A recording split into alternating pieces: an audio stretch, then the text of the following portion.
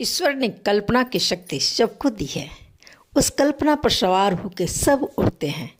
कोई ऊंची वादियों में उड़ता है, कोई गहरे खाइयों में भ्रमण करके आता है, तो कोई ऊंचे पहाड़ों पर स्केटिंग, जहाँ बर्फ बहुत सारी गिरती हैं, वहाँ जाके भ्रमण करके आता है स्केटिंग के द्वारा। विभिन्न तरीके कल्पना के पंखों पर उड़ान करते हैं। आप उड़ते जाएं, उड़ते जाएं, उड़ते जाएं।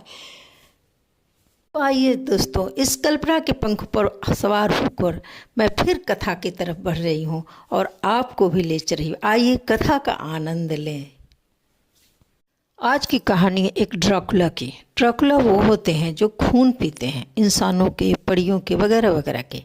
तो ये कहानी आज ड्रैकुला पर ही आधारित है। आइए चलते हैं ड्रैकुला की कहानी की तरफ। पुराने समय में सोनवालिया नामक एक नगर था। बहुत विशाल नगर था, बहुत सुंदर नगर था। वहाँ एक बहुत सुंदर एक किला था जो कभी राजा का किला हुआ करता था। कहा जाता है कि वहाँ जो थे नगर के लोगों के द्वारा कहना था कि ये इस राजा को एक ड्रैकुला ने मार दिया और उस किले पर कब्जा कर लिया। हालांकि ड्रैकुला को लोगों ने कभी देखा नहीं था। वे हमेशा उसके बारे में बातें करते थे लेकिन कभी नहीं देखते थे। लेकिन एक अजीब बात थी, हर साल के 6 महीने पर एक आदमी मर जाता था, गांव का कोई भी, और उसका शरीर हो जाता था नीला और लगता था कि शरीर से नीला खून उसके अगर लगा जाए, काटा जाए उसके अंगों को, तो उसका नीला खून प्रवाहित होता था। गांव वाले बड़े परेशान थे। लेकिन ऐसा था कि किले के पास कोई आदमी दिखता नहीं था। किले के आसपास बड़ी झाड़ियाँ उगाई थी, लेकिन रात को बहुत अजीब बातें होती थी। किले से नीली प्रकाश निकलती थी, बहुत तेज, जिससे उस नीले प्रकाश से सारा गांव जगमगा जाता था। लेकिन लोग कहते थे ये देवताओं की आत्माएं वहाँ घूमा करती हैं जो गांव का कल्याण करती हैं, ऐसा लोगों का विचार था। सोनाफी सैलचा उस गांव का एक बच्चा था, करीब 10-12 साल का बच्चा था, जो किले को बहुत ही आश्चर्य से देखता था। उसे इच्छा होती थी वो किले में जाए और बड़ी बड़ी जो आसपास बहुत से फलदार पेड़ थे, वो चाहता था उन पेड़ों पर चढ़कर और बहुत से फलों को खाए। लेकिन उसके माता पिता सख्ती से उसे मना किए थे कि वहाँ नहीं जाना है, कोई फलों को नहीं खाना है। यहाँ तक कि गाँव वालों ने उस तरफ जाने वाले सारे रास्तों को बंद कर रखा था ताकि बच्चे वहाँ ना जा सके। लेकिन सोनाफी बड़ा चंचल था। वो हर हालत में चाहता था कि किले के पास पहुंचना। किले के कंगूरे उसे आकृष्ट करते थे। वह चाहता था कि जाएं। वह अपने दोस्तों से बातें करता था किले के बारे में। किले के बच्चे जब आप दोस्त बात करते, ना ना हमें नहीं जाना है। एक दिन सोनाफी ने कहा मैं तो जाऊंगा। तो उसके दोस्तों ने कहा तुम्हारे पिता ने मना किया, फिर क्यों जाना चाहते हो? सोनाफी ने कहा मैं तो जाऊंगा, मैं ज़रूर जाऊंगा। लेकिन सोनाफी को भी पता नहीं था कि किले में क्या खतरनाक बातें होती हैं। उसे इसके बारे में कुछ भी आइडिया नहीं था। तो उसने सोचा कि पहले मैं पता करूंगा अपने पिता से कि इसके बारे में क्या बातें होती हैं। एक दिन सोनाफी अपने पिता के पास शाम के समय में बैठा। उसने आलती पालती लगाकर आराम से अपनी किताबें, स्कूल की किताबें खोल ली, अपने पिता के पास जा बैठा और उसने पिताजी मुझे कुछ गणित के सवाल नहीं आ रहे हैं, मुझे कृपया ये बताइए। सोनाफी के पिता ने कहा हाँ आओ, मैं तुम्हें समझाता हूँ ये तुम्हारे गणित के सवाल कैसे बनेंगे। तो सोनाफी के पिता ने उसे अपने पास बुलाया। सोनाफी ने अपनी बुक खोली और कुछ देर तक अपने पिता से पढ़ता रहा। फिर सोनाफी बात बनाने में बहुत मस्त था। वो उसने किया कि पिताजी मैं एक बात पूछूं, आप गुस्साओ तो ना, गो तो नहीं?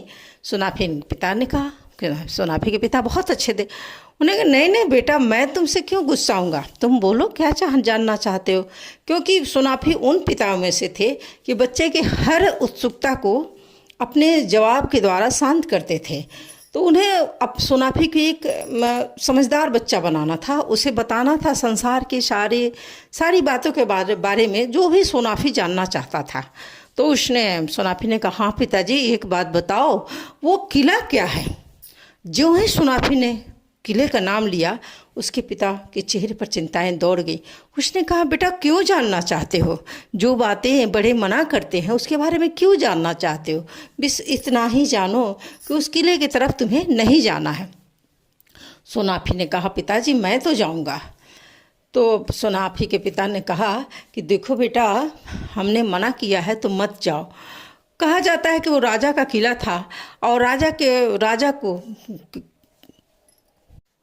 ड्राकुला ने उस मार कर खून पी गया। और देखते हो ना, वो नीली रोशनियाँ वो देवताओं की रोशनियाँ नहीं हैं, बल्कि वो ड्राकुला के महल की रोशनियाँ हैं। और वो बहुत से लोगों को पकड़ के लाता है और मार के खा जाता है। हालांकि हमारे गांव में भी हर 6 महीने पर एक व्यक्ति की मौत होती है जिसका शरीर नीला पड़ जाता है। किसी को कुछ भी नहीं कहा जा सकता, इसलिए तुम मत जाओ। लेकिन सोनाफी ने कहा, पिताजी मैं झूठ नहीं बोलूँगा, लेकिन मैं जाऊँगा, वो किला मुझे बुला रहा है। तो सोनाफी के पिता ने कहा, ठीक है, अगर तुम जाना चाहते हो तो जाओ, लेकिन मैं तुम्हें अकेले नहीं जाने दूंगा, मैं भी तुम्हारे साथ चलूँगा। जो होगा पिता पुत्र दोनों साथ सहेंगे। सोनाफी अपने पिता की बातों को माना कि ठीक है पिताजी, एक दिन हम लोग चलेंगे।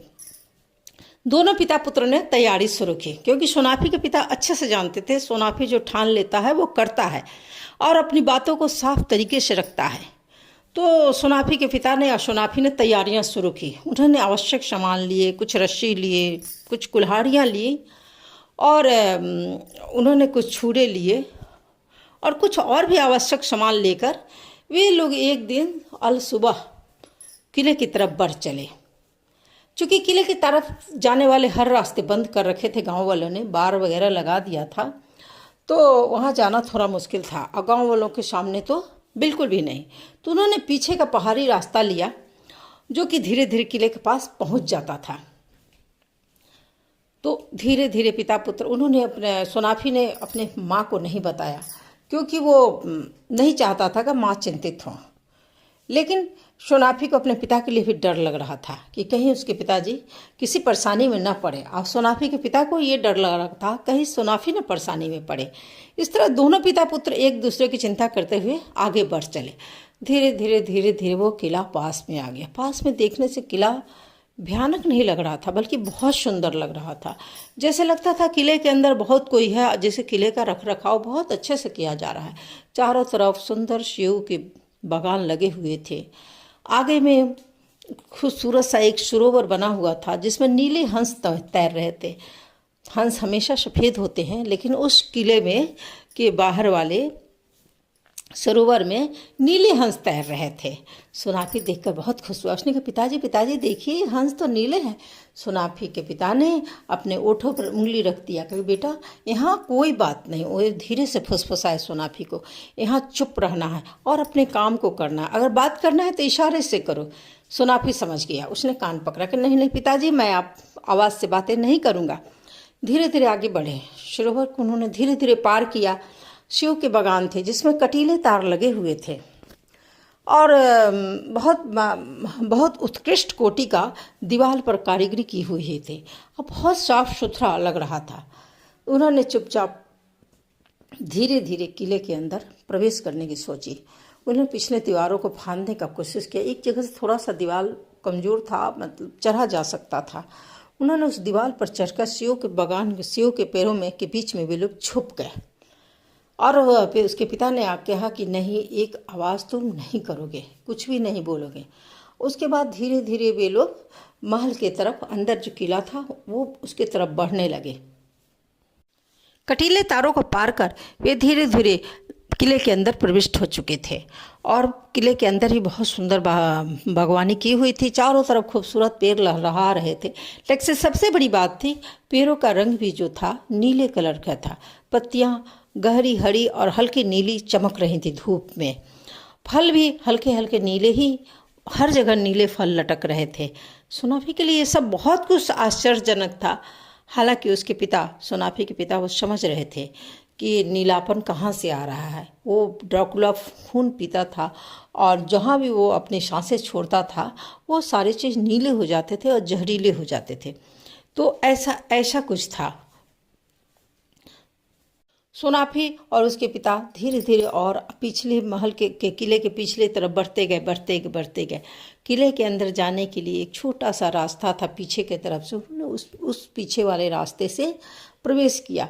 उन्होंने देखा कि किले में बहुत सारे लोग हैं, लेकिन सबका कलर क्या है, नीला है। लोगों के चमड़ी का रंग नीला है, चेहरे का रंग नीला है, और वे निष्प्राण से एक जगह दूसरे जगह वे चल रहे हैं, कामों को कर रहे हैं। लेकिन सारे काम कर रहे हैं, सफाई का काम कर रहे हैं, खाने बना रहे हैं, पानी, पौधों में पानी दे रहे हैं, लेकिन वे कुछ बोलते नहीं हैं। वे चुपचाप अपने कामों को करते हैं। ना ही वे आपस में लड़ते हैं, झगड़ते हैं, ना ही वे हंसते हैं। सोनाफी के पिता ये सब बातें, चूँकि वे किदवंतियाँ थी तो उनके कानों में पड़ते रहती थी। सोनाफी ने देखा तो उसे आश्चर्य से उसने मुंह पर हाथ रख दिया। पिता ने वार्न किया कि नहीं, बोलना नहीं है। सोनाफी समझ चुका था कि हमें बोलना नहीं है। अब ये सोचे कि अब कैसे इन लोगों से मिले, तो उन्होंने एक काम किया। एक जगह बहुत सा उन्होंने, सोनाफी के पिता को कुछ आइडिया था, तो उन्होंने अपने झोले में बहुत सा रंग ले लिया था, नीले कलर का, नीला। तो उन्होंने क्या किया कि पानी तो वहाँ पर था, नीला ही पानी था। उन्होंने अपने पानी को लाया था और उन्होंने सोनाफी को ही मना किया था कि हाँ कि कोई भी चीज़ को मुंह में नहीं डाले, ना ही छुए। उन्होंने उस पानी से उन्होंने क्या किया, अपने चेहरों को रंग लिया और सोनाफी को भी उसी रंग में रंग दिया। और वहाँ महल के अंदर आकर उन्होंने देखा कि बहुत से कपड़े नीले नीले हैं। उन्होंने उन कपड़ों को, नीले कपड़ों को पहन लिया और फिर उन लोगों में मिल गए और सारे जगह महलों में सोनाफी उसके पिता एक साथ घूमने लगे। शाम होने लगी। शाम जब होने लगी तो महल में, थोड़ी देर में जब शाम होने लगी, महल में बहुत तेज गड़गड़ाहट होने लगा, अजीब सी आवाज़ होने लगी और तेज चारों तरफ लाइटें जल गई, नीली लाइटें जल गई। जो कि लोग देखता था, गांव के लोग देखते थे कि नीली लाइटें जल चुकी है, तो सब लोग अपने सहम कर अपने अपने घरों में बंद हो जाते थे। तो महल, किले की चारों तरफ नीली लाइटें जल गई। तो सोनाफी और उसके पिता ने भी ये चीज़ तो जानते थे कि नीली लाइटें जलती हैं, लेकिन उन्होंने अपने पुत्र सोनाफी को बार बार वार्न किया कि कुछ भी नहीं बोलना है। उन्होंने महल के चारों तरफ नज़र दौड़ाई तो देखा है कि बहुत विशालकाय व्यक्ति महल में प्रविष्ट हो रहा है। उसके चारों तरफ नीली ज्योत निकल रही, उसके बड़े बड़े दांत हैं और उसके मुंह में पूरा खून लिपटा हुआ है और अट्टहास कर रहा है, हा हा हा हा हा। वो ऐसे अट्टहास कर रहा है। सारे महल के लोग एक लाइन में खड़े हो गए, हाथ बांध कर। वो सोनाफी और सोनाफी के पिता ने भी हाथ बांधकर खड़े हो गए। सोनाफी को उन्होंने ऐसे बीच में, पिता ने लोगों के बीच में इस तरह छुपा लिया कि सोनाफी दिखे नहीं, क्योंकि वो सोनाफी छोटा बच्चा था और पकड़े जाने का डर था। तो जब सारे लोग लाइन में खड़े हो गए तो ड्राकुला जो था, जो विशाल व्यक्ति था, जिसे ड्राकुला लोग कहते थे, और उसका रूप भी बहुत भयानक था। उसके लंबे लंबे दांत थे और उसके चेहरे पर खून लिपटा हुआ था। उसके हाथों में खून, उसके हाथ खून से सने हुए थे। वो सबों के पास आया और सबों के हाथ में उसने, सभी जितने भी लोग खड़े हुए थे, कुछ मतलब मांस का टुकड़ा सबों के हाथ में रख दिया और उसने कहा कि खाओ सब। अभी सब जो व्यक्ति जो थे वो धीरे धीरे खाने लगे। अब जब सोनाफी के पिता के हाथ में मांस का लोथड़ा आया तो उनका चेहरा शाह सफ़ेद हो गया, लेकिन चूँकि उन्होंने चेहरे पर नीला रंगा हुआ था तो उन्होंने अपनी भावनाओं को व्यक्त नहीं किया और उन्होंने ये दर्शाया कि जैसे वे खा रहे हैं। और उन्होंने क्या किया, उस मांस को कपड़े के अंदर छुपा लिया जल्दी से। जब सब व्यक्ति उस मांस को खा लिए तो उसके बाद वे सभी अचेत हो गए। तो सोनाफी और सोनाफी के पिता भी अचेत हो गए। सोनाफी के ऊपर सोनाफी के पिता इस तरह गिरे जैसे वो मानो सचमुच अचेत हो। उसके बाद उन्होंने देखा कि वो ड्राकुला जो है धीरे धीरे महल के अंदर चला गया। सभी जितने भी व्यक्ति थे वहीं के वहीं बेहोश होके, मतलब उनके अंदर ऐसा लग रहा था कि वे, उनके अंदर प्राण नहीं है और गिर पड़े हों।